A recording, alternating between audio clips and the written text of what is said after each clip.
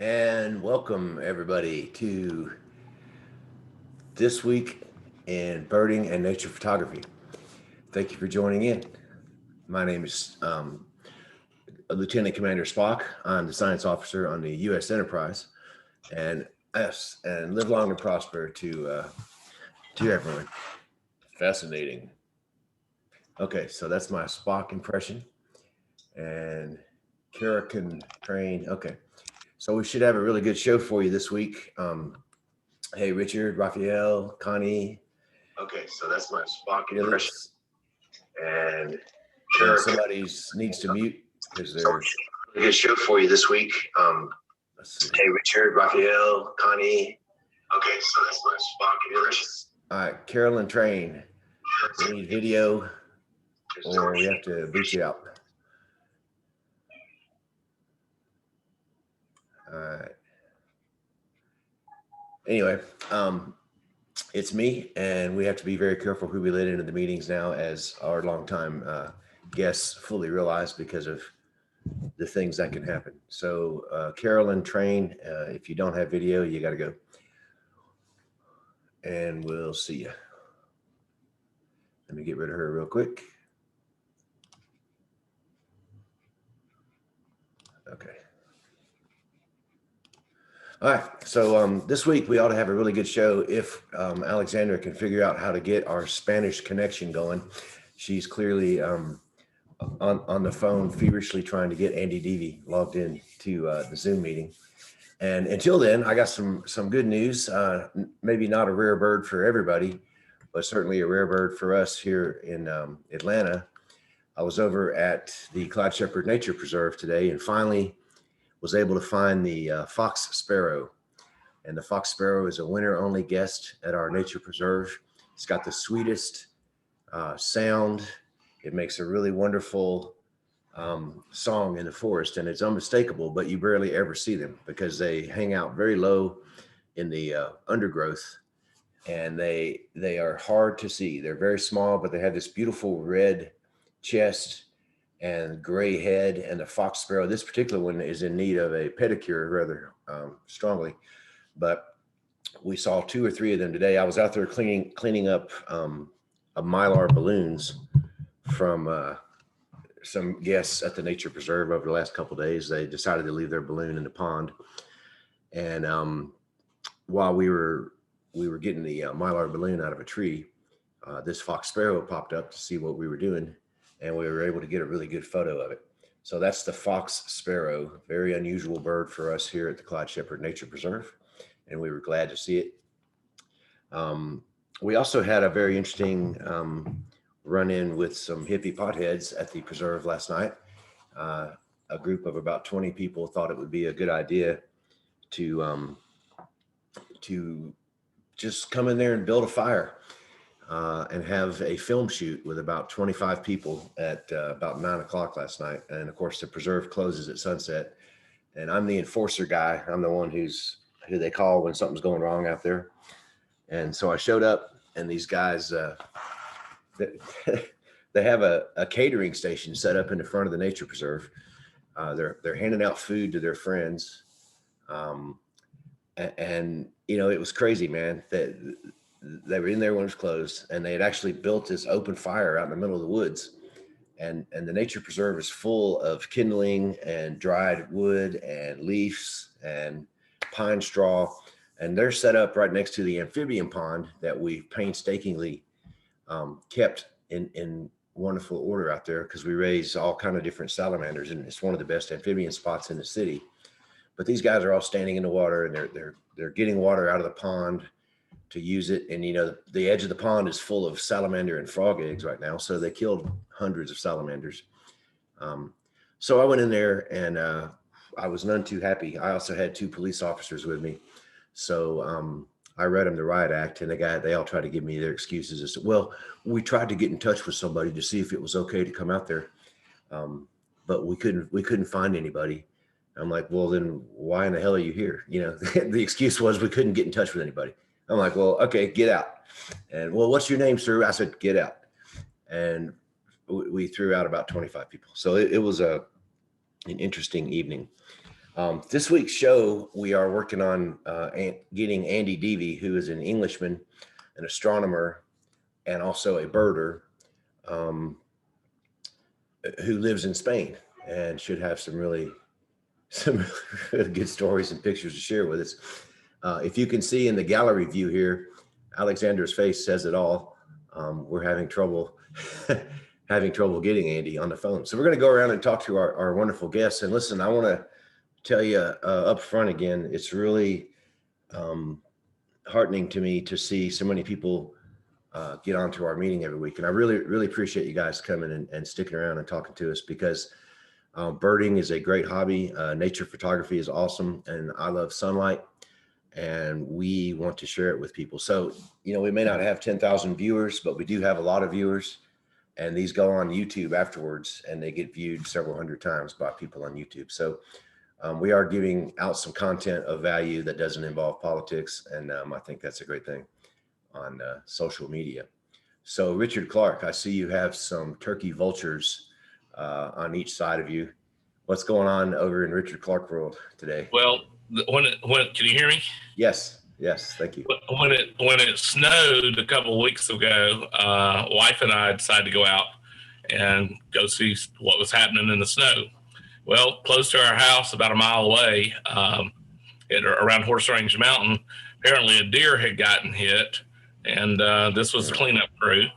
Right. And they sat there. I pulled over off the road in a Jeep, sat there, let traffic go by, let them kind of settle down, and they would light on these little pasture fence.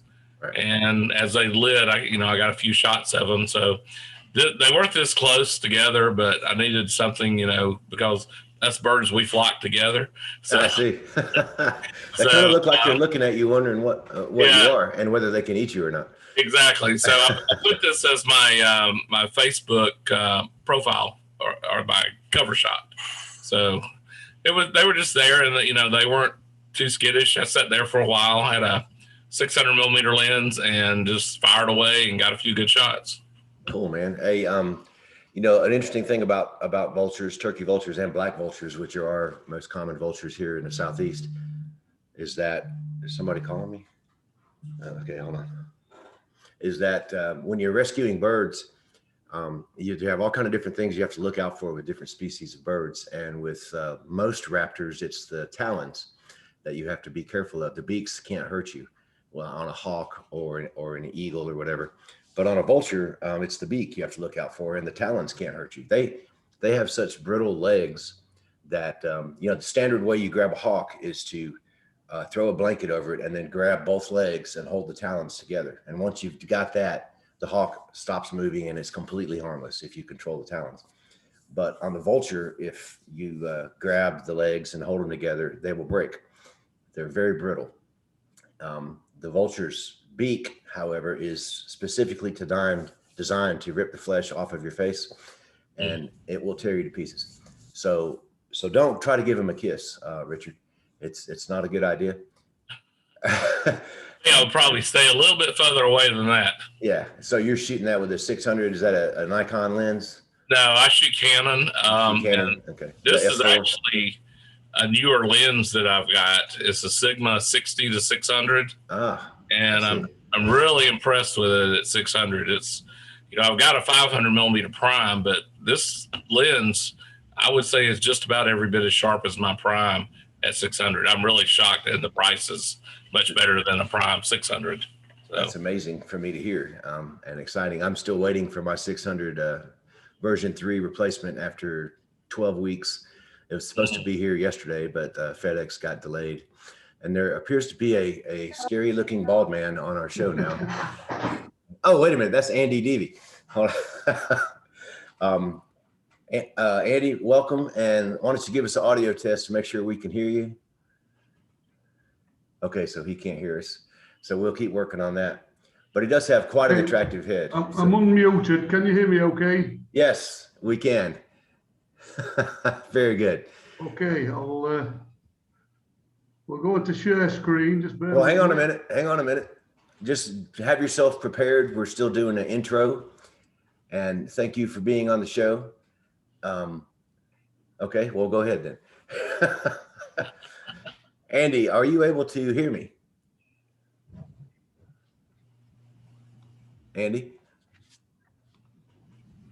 Okay, we're going to let Andy do what he's doing, and we'll we'll get around. Andy's clearly an Okay, can I internet just genius. check you can hear me okay with a thumbs up? We can Thank hear you. you, but Okay, okay, there you a big go. welcome to you all. It's nice to see some happy smiling faces. I'm located in southern Spain. I've been here for quite a number of years. The internet. Getting a little bit long in the tooth now, but what I'd like to do is share some images that, with the exception of two, they've all been taken from our garden here in the southeast corner of sunny Spain. So this is just to give you the location of where we live. We're actually in the Almeria province, which is in the southeast corner, and that close up, we're at a place called El Pinar, which means the pines, close to a small mining town of Bedar. All the mines are closed now, but we're about 45 miles from the provincial capital, which is Almeria. We live at an altitude of about 360 meters above sea level. It's a semi-dry, arid climate, and on this climatic scale, it's a BSK, and we get around about 300 millimeters of rainfall per year. So it's an exceptionally low, cloudy area, and we're blessed with about 300 days of sunshine a year. And we're at a latitude of 37.2 degrees north and just shy of 2 degrees west on longitude. And as I like to tell my friends that are deep sky observers in the UK, even on the midwinter's day, we still get nearly 5 hours of actual darkness. So even in midsummer's day, so even in summer, deep sky photography is an option. This is the view from our garden. The hills that you can see in the background, they're called the Sierra Cabreras, the mountains of the goats. And we're actually in the foothills of the Sierra Fibralis mountain range. We're actually in the same mountain range as the Calar Alto Observatory, which is about 25 miles geographically west of us. They're at an altitude of 2,100 meters. Our garden goes to a fence post here. That's the line of our garden along there, and coming this way. And we maintain about 50% of our land as natural habitat. These clumps of grass that you can hear are called esparto grasses. They're a very tough grass, and this area was actually responsible for educating Britain during the majority of Queen Victoria's reign, right up to the beginning of World War I. And the reason for that is they exported about 30,000 tons of this grass per year to the UK to make all the paper. But it was also used for making hemp ropes and wicker baskets and that type of things. But it's a lovely natural habitat. Now, if you went back 140 years, sorry, I just missed something out. What I do is to attract the wildlife. Water is a very scarce commodity in this area. So I always maintain a small pond of water in the garden, and the garden is open to anything that wants to come and venture for a drink. The design of this pond has been christened by Alexandra's husband, Darren, as a reverse parking bay, which I think is really amusing. Now, 140 years ago, the area was, as you can see, they've pinched all the esparto grass, but they'd also deforested all the hills as well to use for pit props and also for smelting lead. But this image from 1882, which I've colorized, our house is actually on this ridge here. So as you can see, completely barren landscape. But that's another story. Okay, I am not a natural bird or wildlife photographer, but what I have done is I've used my astronomical assets that I've used for other projects to use for documenting the local wildlife.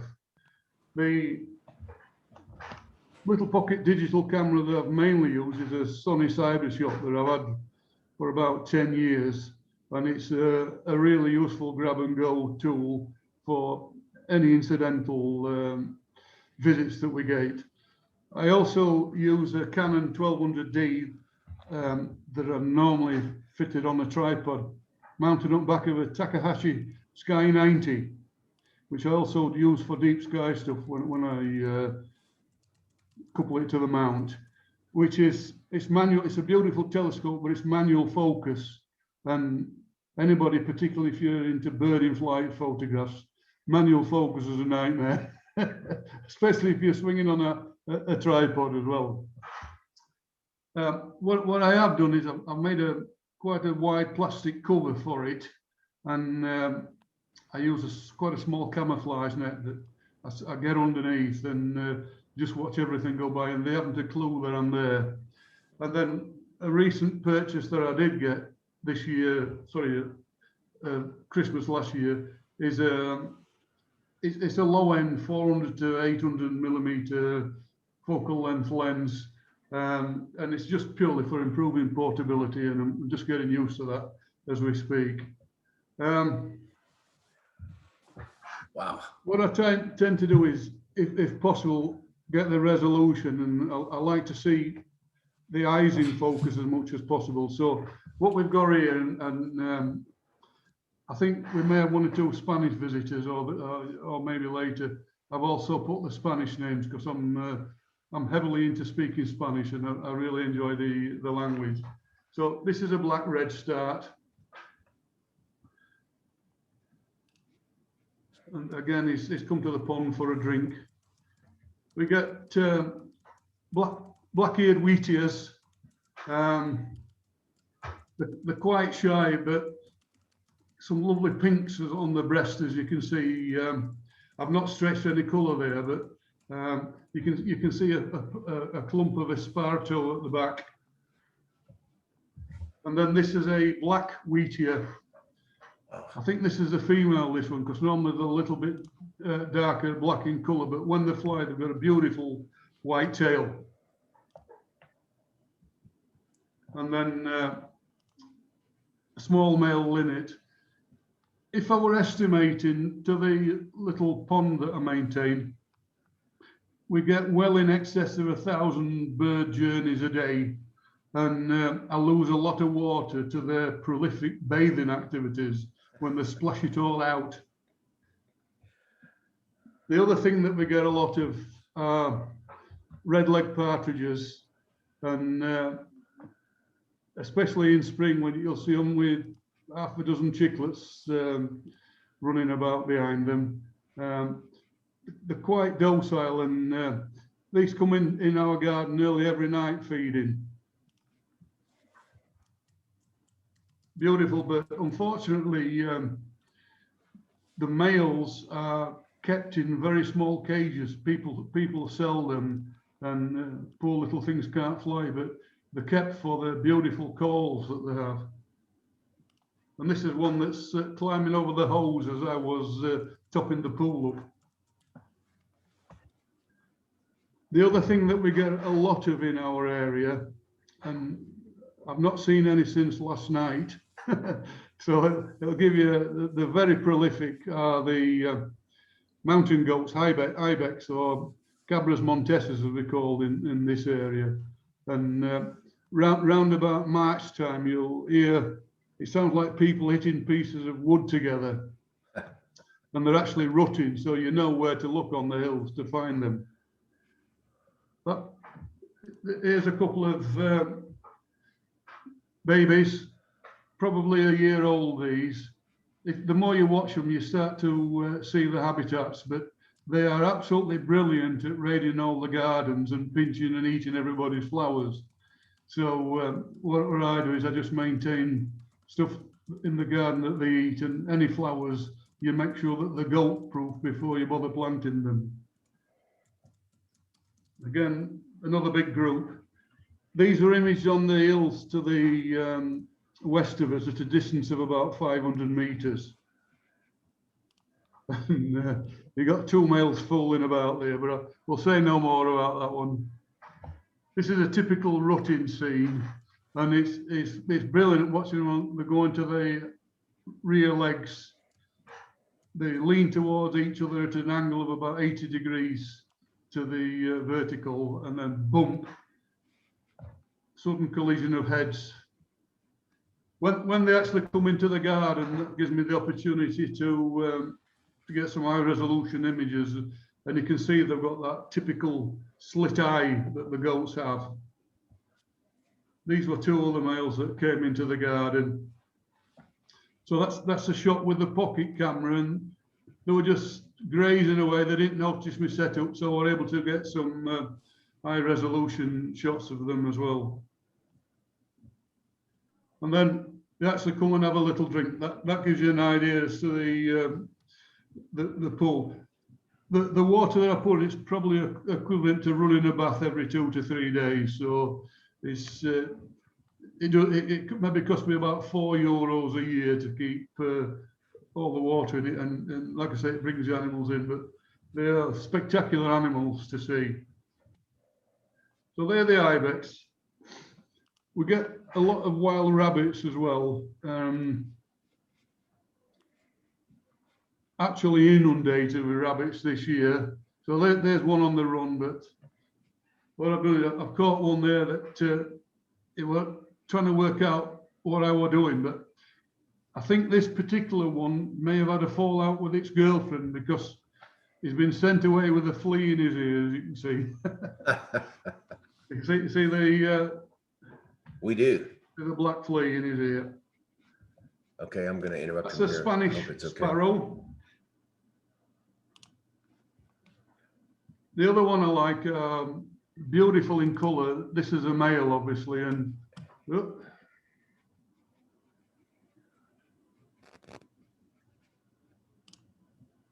no, sorry, I can't hear you. But you can hear me, can't you? Yeah, yeah. Ah.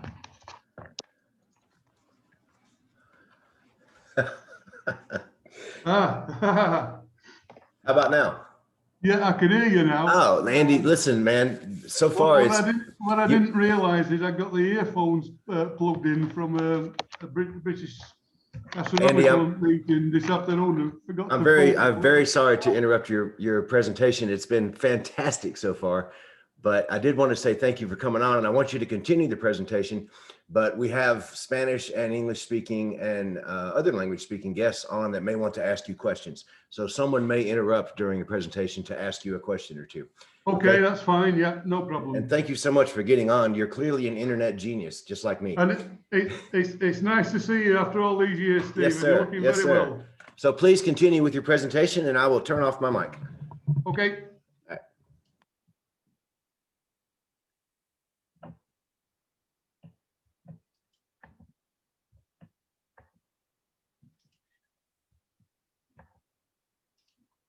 Okay, so that's a male blue rock thrush.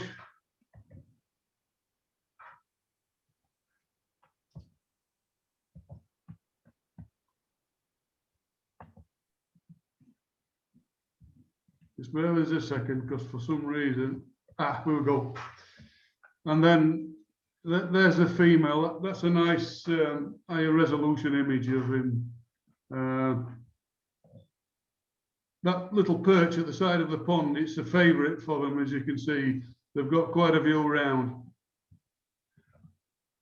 This, I think, is another wheatear, but I've not put a name to that one because I'm not 100% sure, and I didn't want to mislead anybody. So if anybody's got any ideas, it's about the same size as a sparrow. The other thing that we get a lot of are wild tortoises. Wow. This particular one's a baby, is about 3 centimeters long, and they are a protected species in this area.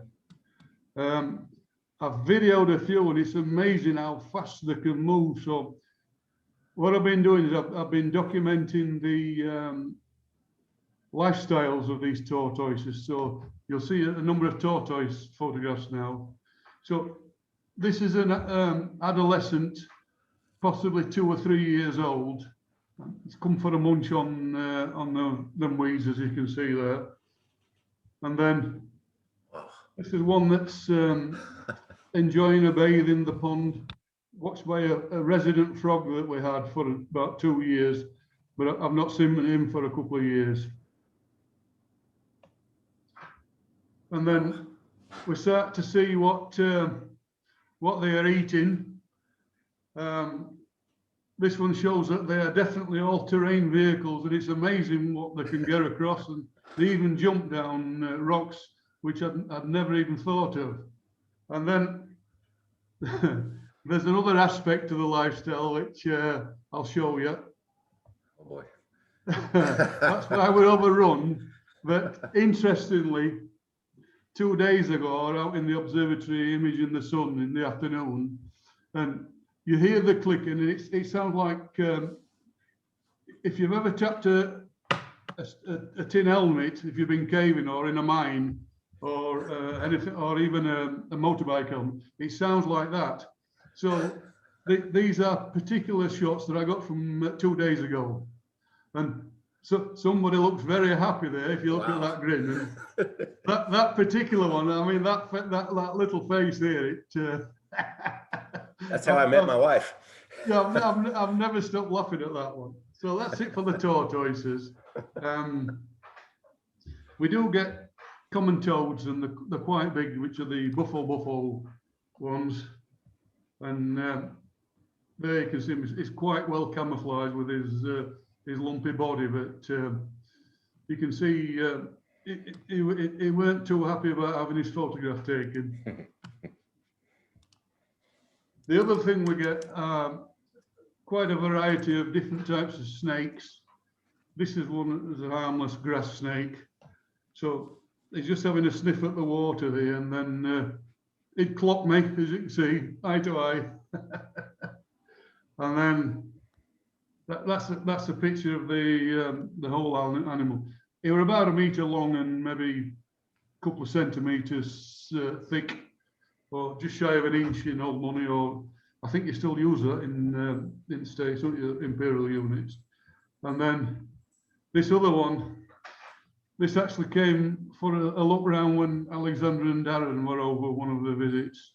And this is a horseshoe whip snake, really slow moving. He was probably about 1.2 meters or 4 feet in old money long. And another picture there of him in his entirety, and then that's what it looks like close to with his camouflage pattern. Really still while I was there, but you can see all the small little plants there that the tortoise come and eat. And Andy, I noticed your depth of field is really deep in all of these photos. Is this with the CyberShot camera mostly? Yeah, that's the CyberShot one. Again, this one's CyberShot as well. These are the geckos that live under our pergola. And it's interesting, on a summer evening, you can hear them calling to each other, so you know where to look. But actually, in my observatory, there are about a dozen of them live, so that they keep me free of insects in the observatory, which is a wooden observatory in Spain. So probably not the best idea, but I have to protect it with coating on the external surfaces every 3 to 4 years. And then Serines are the most common birds that we get. We've got a number of small trees, so this is the opportunity to capture them in close-up.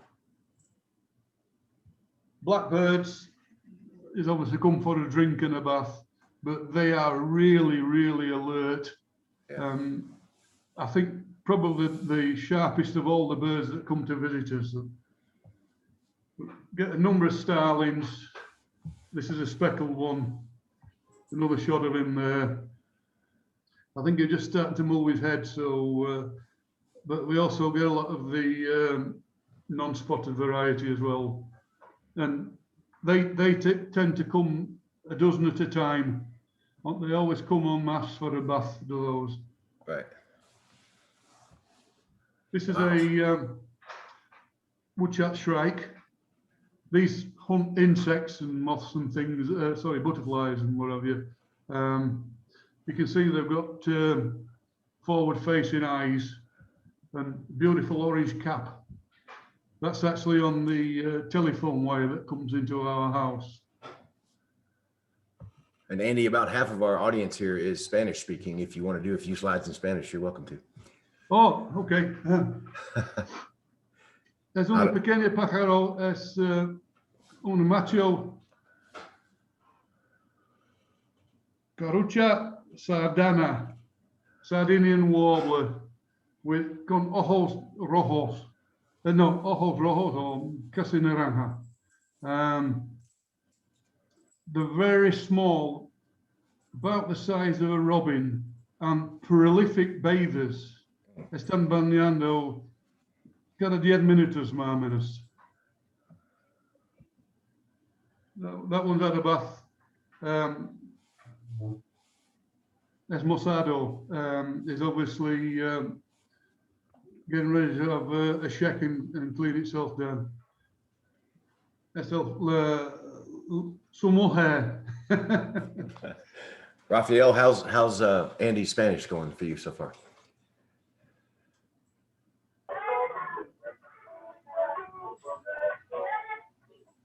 Creo que Rafael es español, sí. ¿Hablas en español mexicano o de España? Hola, Andrew. Hola. Bueno, español dominicano. Sí. Me gusta mucho hablar en español. Prefiero hablar en español que en inglés. Ah, qué bien, qué bueno. Awesome. Es una paloma con una cuella negra. Paloma de Con collar alta negro. resolución, ¿vale? Hay un montón de este palomas, pero desafortunadamente hay un montón de halcones que están cazando estos.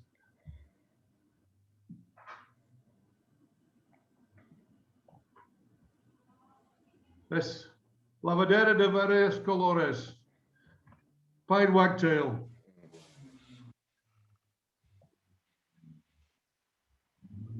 We get a lot of crossbills. Picotero común, con un montón de colores diferentes. Este tiene un pecho de naranja. It's got an orange chest, this one. But they're very distinctive, like a small parakeet or a small parakeet. And Andy, we just had our first red crossbills show up in the state of Georgia, where I live in the United States, and everyone was very, very excited to see them. So I'm really glad you have these. The majority are this gray yellow, gris y amarillo, con sus colores de sus Sí. Bueno. sus plumas. Spanish Sparrow. This is a small male blackcap, very small, sorry, female this one. The males have got a very distinctive black cap. But when I've looked through my archive, I didn't have a decent image, so I've not included one of them. They were a bit of camera shake. That's a Garon macho. Lots of sparrows, and we get nesting in the trees and in the ventilator for the kitchen one year. Can you remember that one, Alexandra? When the fledges, instead of fledging outwards, they fledged inwards, so I had to completely strip the ventilator down to release them into the garden. We have those. Esos gorriones ahora están entrando en mi casa. Y quieren vivir adentro de mi casa.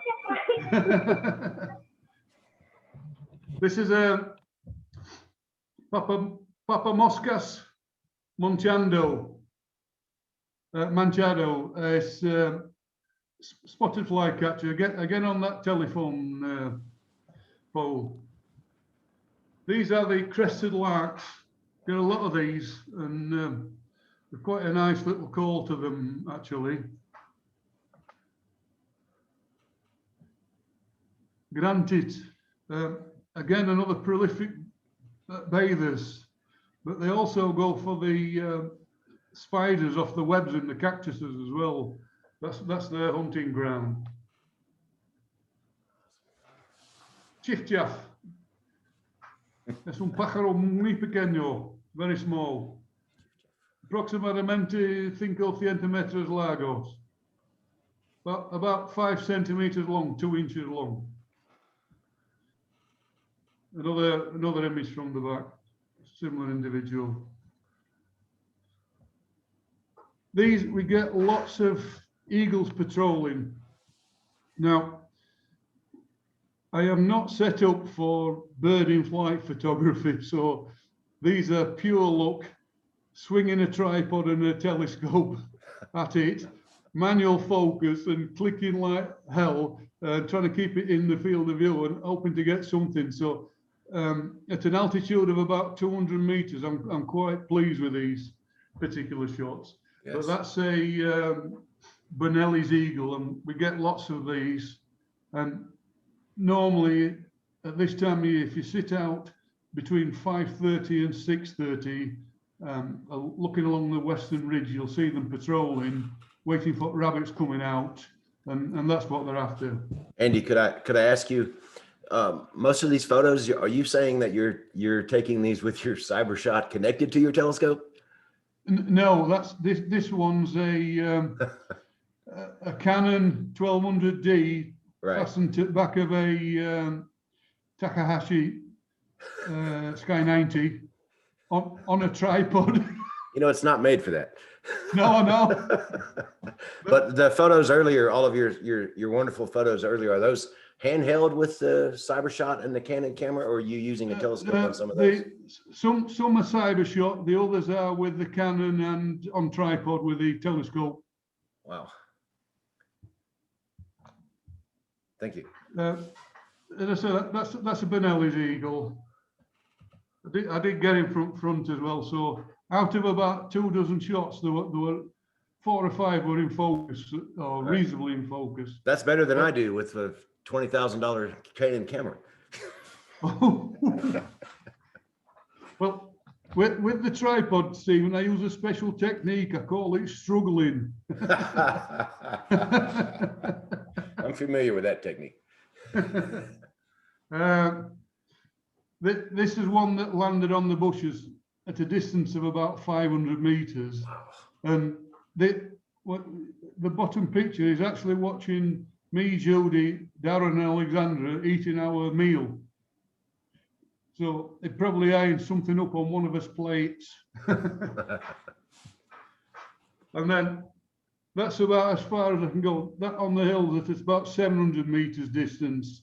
Wow. So I think he's a Bonelli, but at that distance, it's difficult to tell.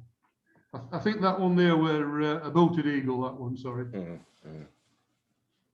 And that's through the Takahashi, obviously. Yeah. Okay. That's a hawk. I've actually been photographing a similar animal this afternoon, but again, they were patrolling the ridge at 500 to 600 meters, so you're really struggling at that range, but at least I can tell it's a hawk. Rock bunting. These are with the Canon and the Sky 90 telescope.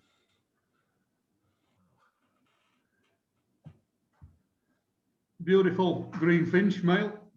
So a lot of people would not realize that these shots are taken inverted when you're using a refractive telescope, right? And yeah, and you're rotating. I've cropped them and I've sharpened them a little bit. Right. But it's all. And what I do is I look through the focus when you enlargement, so I can tell it's in focus normally. So that does help as well. It's pretty amazing. These are the goldfinches with the red faces, and these grasses are right at the side of the pond, so that's photographed at a range of possibly 8 or 9 meters distance, that's all. The other thing that we get, and this is with the, that's with the Canon and the Sky 90, distance of about 150 meters, this one of our neighbours' telephone wires. And from April till October, we get lots of bee eaters. I have got a plan to find the nests and set up and have a day stalking them and try to get some high resolution shots. But this next one gives you the scale compared to a sparrow.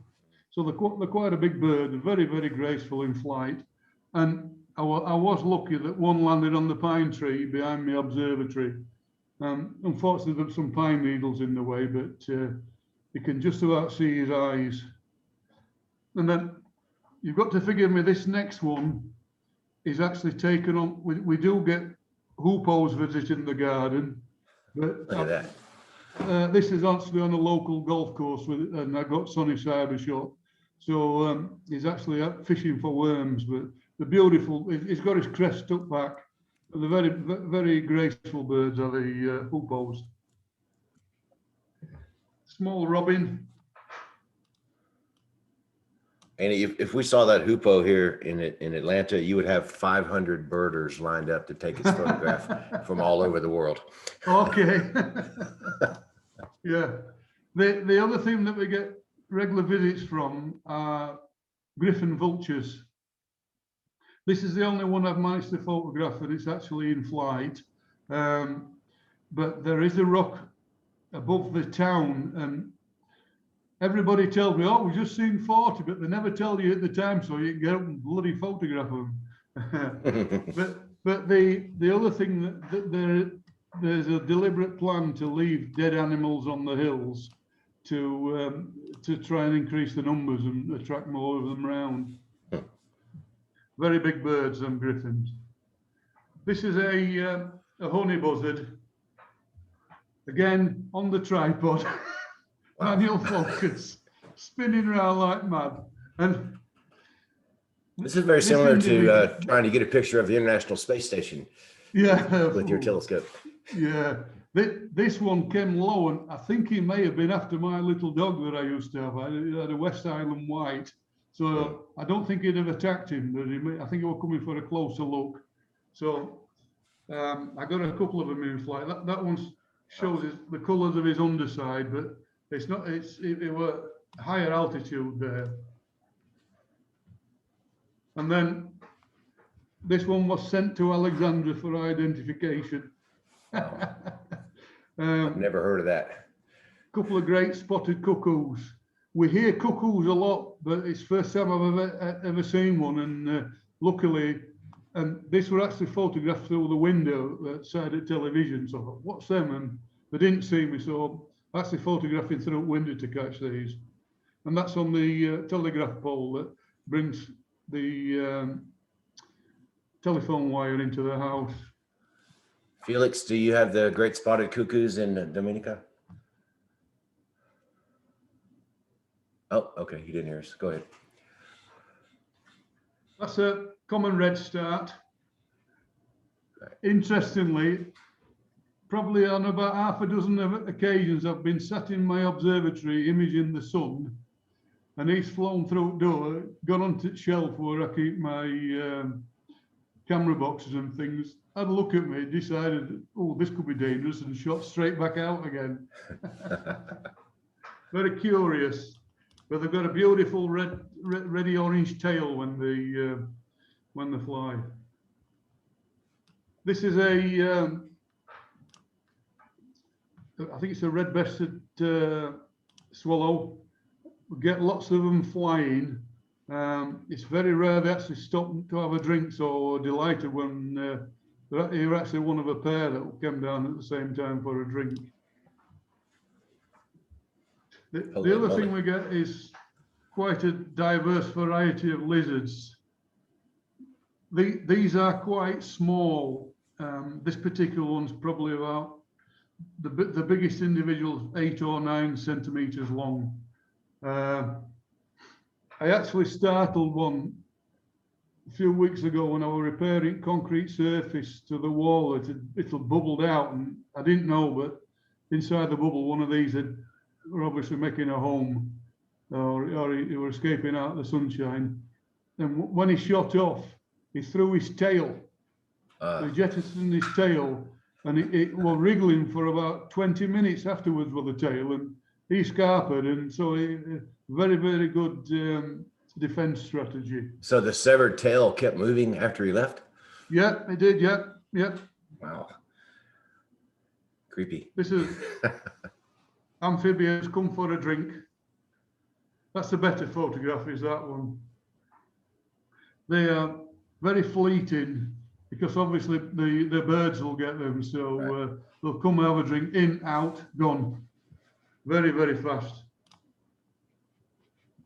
You see one there, is deciding, is the coast clear before I have a stretch down for a drink.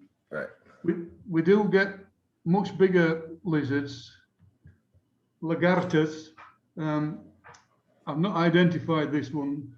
They are very fast, which they need to be because the eagles would have them. And quite rare. Tend to see a lot more when we're either out driving or out walking in the hills rather than actually in the garden. So that were an exception to see one in garden. And then, wow, this is with a Sonny Cyber shot. He's actually on edge at the pool, and I were in the pool, and I said to Judy, pass me the camera, I'm going to see if he'll stay, and I'll take a picture of him. So he was watching me as I was photographing him. Wow, that's amazing. And then, again, Sonny Cyber shot. Get lots of different types of dragonflies. The other thing we can get is well camouflaged, but that's a praying mantis. Probably about 7 or 8 centimeters long. So that's a picture of him watching me. I'm moving to Spain, that's it. Yeah. Different bugs. That's a grasshopper stroke locust on the edge of a palm tree. That's the dress part. You get lots of those. Goodness. One at the side of the pool. That's Sonny Cyber shot. We get butterflies all year round. Even winter time. Swallowtail, yeah, it's all should be all one word. I need to correct that. But there's another one that's a better image. Wow, look at the wings. We get a very diverse variety of butterflies. Now, these are the things that rub the back legs together and drive you balmy on a summer night. Cicada, we call them here. Yeah. Do they make a racket? Do you call them cicadas in Spain also? Yeah. Yeah. But this year in the United States is going to be the largest hatch in over 50 years. Ooh. Because we have a special brood. They hatch, every 17 years, but this year the largest brood in existence in North America is scheduled to hatch, and we can have a 1/2 meter deep pile of dead cicadas at the base of trees. Once they come out and breed, then they all die and they fall down, and you might have, a 1/2 meter deep pile of dead cicadas around your tree in your yard. Yeah. And they smell really bad too. Ooh. Another butterfly. The other one we get, they're very difficult to photograph, bats. Now, one of the reasons for it, with this being in a mining area, all the tunnels are left open. So they've got this particular photograph.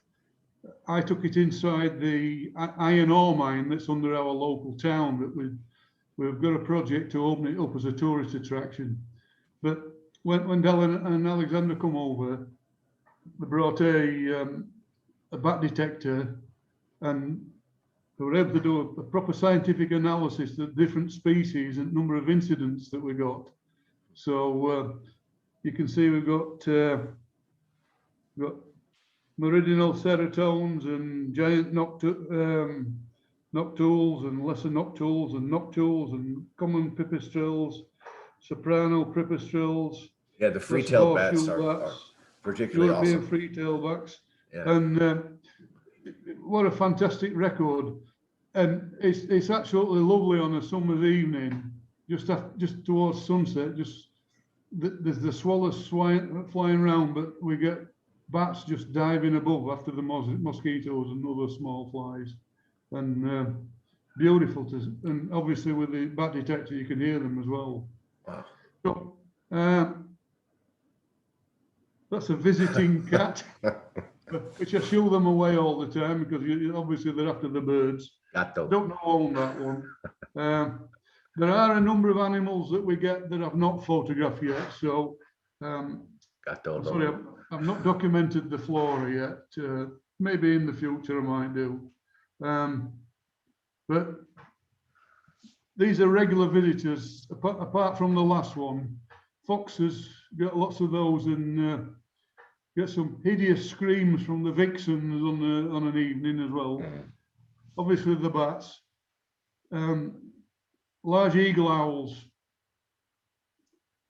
I've a mate who's down the road who tells me there's one lands on his pool wall every night, so I'll have to arrange with him to go down and see if I can photograph it. The nightjars, if you're out imaging on a night, it's summer's evening, we either get the nightjars, and it actually sounds like somebody tapping on steel wire. Yeah, we have lots of nightjars here as if well. you've tapped on a fence, it's a strange sound. And then somebody once told me that they thought a nightjar where you keep your false teeth when you go to bed. Don't quit your day job. No, I won't. The other thing that we get as well is the regular monotone beat of these Scotch Owls. And if you've never heard one, have a listen to one on the internet. They're lovely sounding. And then we get lots of golden orioles, but they tend to stay 300-400 meters away in the larger trees that they go for, particularly fruit trees and fig trees. We get the very blue rollers, which are quite a big bird, but they tend to be more down on the plains towards the coast, about a 5 to 10 minute drive away.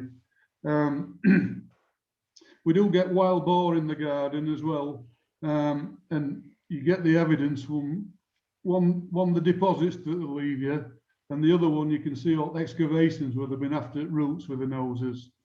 And then just recently the Spanish lynxes, they started appearing in the area. I have not seen a live one. One of my friends has seen a pregnant one, but sadly I did see a dead one at the side of the motorway about 5 minute drive from us, which is such a shame. But only about 10 years ago, they were down to about 100 animals in the Andalusia region. Now there's about 1,000, and they're starting to spread out again. So these are not my photographs, but I've just stuck them in to show you what two of them we definitely get visiting the garden. The other one potentially we could. So, but again, these are not my photographs. So that one on the lower right looks like my ex-wife. Sorry. Yeah, I've seen a number of them, but normally it's when you're out in the car on an evening that you might see a female with a number of piglets behind her. Just incidentally. Now, what I've got, one of my friends from the neighbouring valley sent me a video, so I'll try and get it to run for you when I escape out of this. And he got a night vision camera at the side of his house. Okay. So it's something I'm going to have to do. So I'll just escape from this. Just bear with us. Okay. Wow, what a there's still more to come, but boy, what a great presentation so far. And I see we've got a lot of friends that have signed in also. Kareem, Joe Sexton's going to have a little iNaturalist for us probably in a minute or two. And And Felix, I don't know if you can hear us or not. Can you hear us okay? Okay, am I still I guess sharing? No. Oh, wait a minute, we're doing it. You just stop this. Is there more to you than just the upper half of your head also? Sorry, Ah, there we go. I just have to make it bigger. I'll start screen share again, just a second. Okay.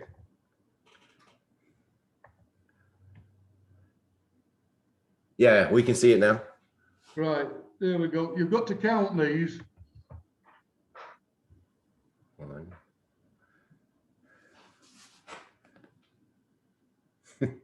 2, 1, 2, 3, 4,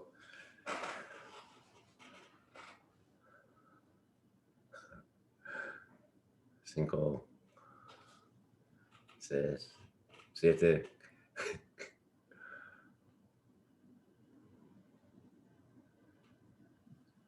Creo que hay una familia de 7 animales.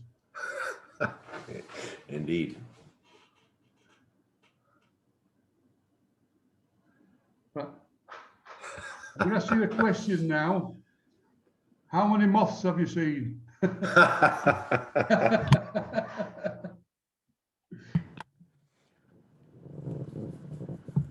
Oh, Okay. siete chupacabras. Sí. 7 jabalía. Okay. I think that's all I've got for you. One more thing may interest you. It is reflected sunlight, but we look at the resolution of the cameras that we've got today, and I've had the privilege of being able to work on some original images from Spain back to 1880 and 1882 of the industrialization of the area. And I've really got into colorizing the old photographs. So I just want to show you one of these images Okay. on high resolution, just to show you what photography was achieving back in 1882. Okay, so I'll stop this share just a minute. And then, so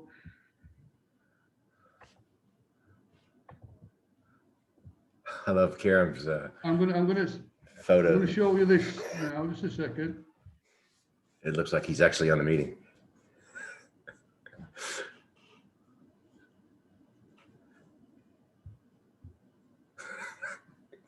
Can you see that? Yes. Right. See. This is a lead smelting foundry back in 1882. The original glass plates are lost, but the positive images still survive. And I've been able to work on a high resolution scan from this time. But what I'm going to do now, if I can,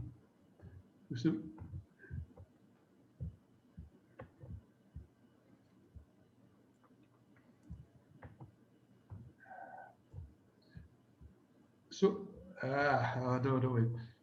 You know your controls at the top of the screen. Mm-hmm. They're covering up my zoom arrow. How do I? If I minimize it, just to try that. Can you still see it? Yes.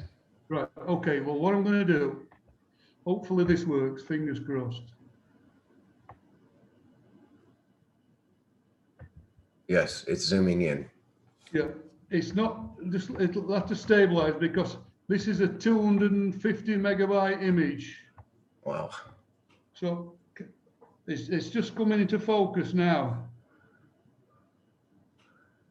Wow. From 1882, I mean, look at that. It's fantastic, isn't it? Yeah. The original images are 2 meters wide and nearly a meter deep. But these are the crucible melting pots. So I just thought it obviously it's reflected sunlight, but This, I mean, look at that. You can see every brick in that chimney. That's amazing. Oh, And this is a scan of a printed image from an optical yeah, plate. yes, it is. Yes. Now, the other thing I've done is when I go in, I repair all the dust and scratches as well. So I just thought these are all the lead ingots. You see them? Yeah. Little dog. There's the dog. That's a dog, yeah. Nearly every image when you see the miners, they all have dogs with them. Paddles. That's the trolley that it's just coming into focus, just loading yet. It's a big, very, very big image. But you can even see the bolts where they're stabilizing the concrete walls as well. Yeah. Well, Yeah, that's pretty amazing. You've got the director and one of his workers there inside the foundry. So I just thought I'd share that with you for something a little bit different. Yes, indeed. We can you stop your screen? Okay, that's the presentation finished. I'll stop the share now. All right, very good. And Andy, I want to say those remarkable photographs, and it really makes me want to move to Spain. But I'm sure that they don't want me there as an American. Can't see why not. No, we don't want to take a number of Americans. Yeah. Well, usually if you have the American Express card, they welcome you with open arms. So, Yeah. so wow, what a variety of wildlife you have. And we had a few hiccups getting you on, but boy, that was really worth the wait. Would anyone like to speak to Andy and ask him a question or two?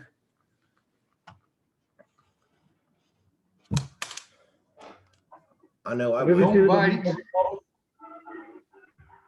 Go ahead, Raphael. Hi, Andrew. Thank you for sharing your wonderful picture.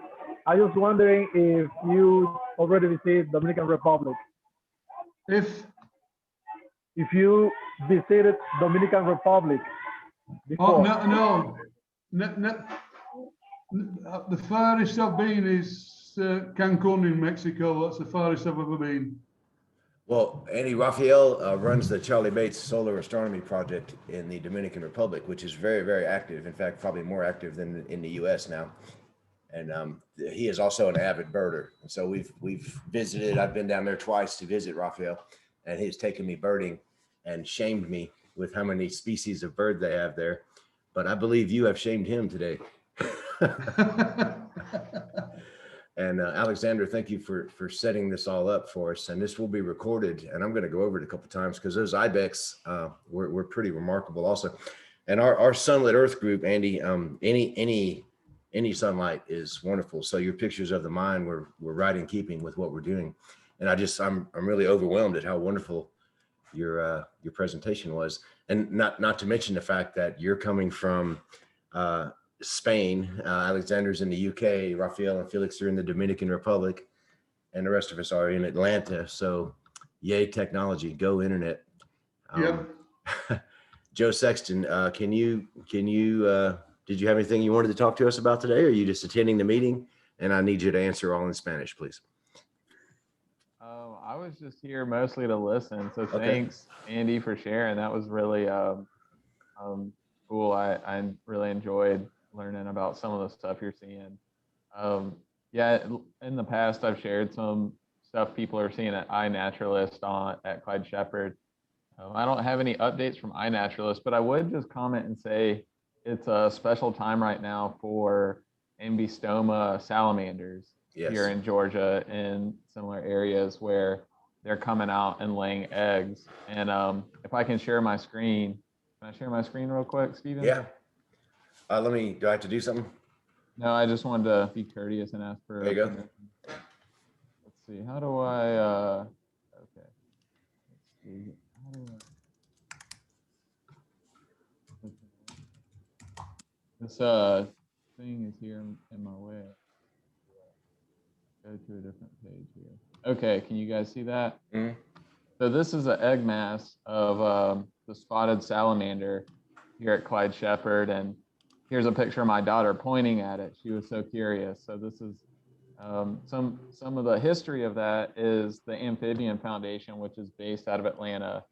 Spotted salamanders, they're actually pretty common, but in areas like the Metro Atlanta area and other places that have been developed, their habitat, which is these seasonal ponds, often get drained, and so they've actually had to take some initiative to reintroduce spotted salamanders, and Clyde Shepherd's been an important site where they actually successfully reintroduced spotted salamanders and have established a self-sustaining population.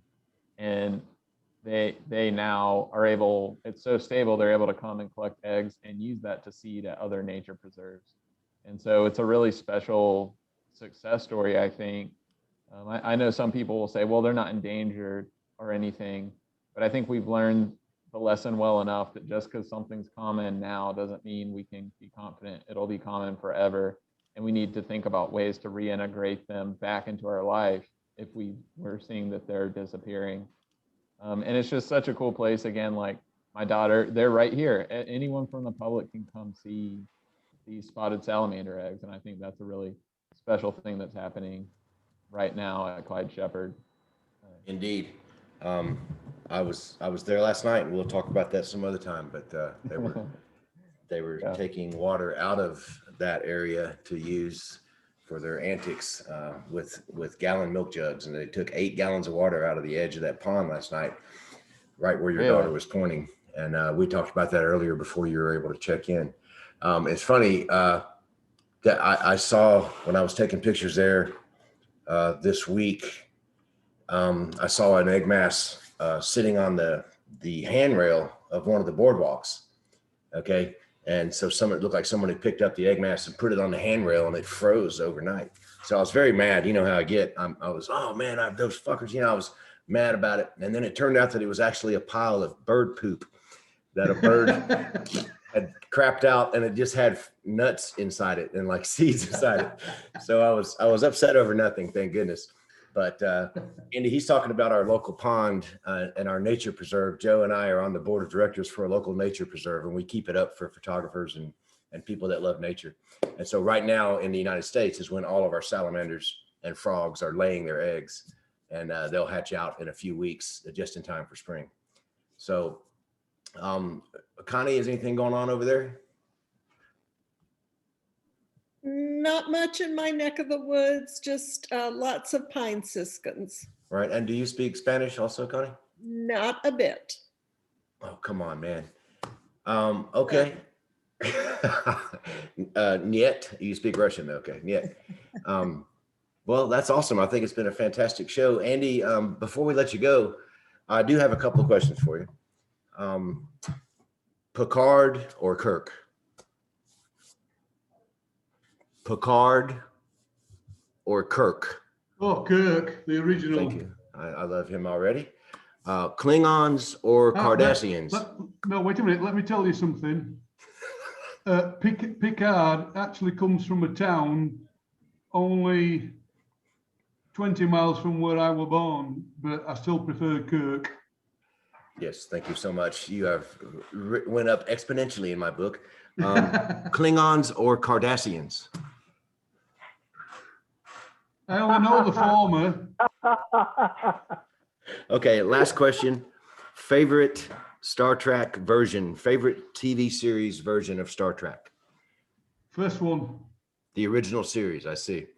You have won a great prize, which will be soon arriving by U.S. Post in your mail.